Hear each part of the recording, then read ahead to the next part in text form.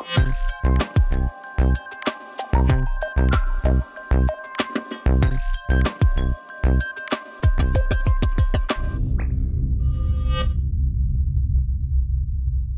talking about how to reduce CO2 emissions from trucks. It's an interesting debate which is taking place here in Brussels because this is the very first time that the European Union is actually addressing the issue. CO2 standards for trucks, they're beneficial not only for the climate but also for the transport sector. And by that I mean especially the ones who are buying trucks, the ones who are operating trucks.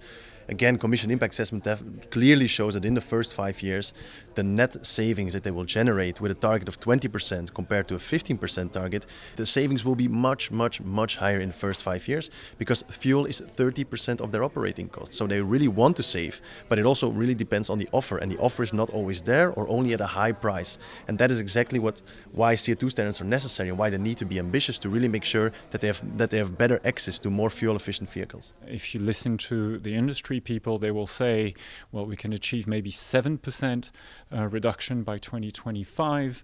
Others will say we can go up to even 20%. The divergence is really big.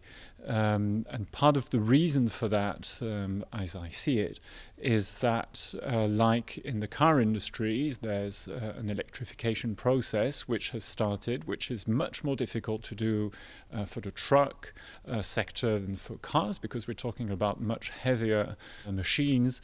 They have to carry heavy loads, they have to travel long distances, and electrification there is much more difficult. Trailers are of course also a very important part to really reduce CO2 emissions coming from road transport, road freight transport basically.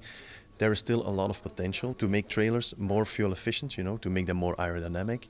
But therefore we also need a CO2 standard for trailers like we're currently discussing now for trucks. So we should introduce these standards as soon as possible. We need to work on a certification procedure to really get this done, and that we can also start regulating trailers, because it's really a missed opportunity. So we really need to start working on that as soon as possible.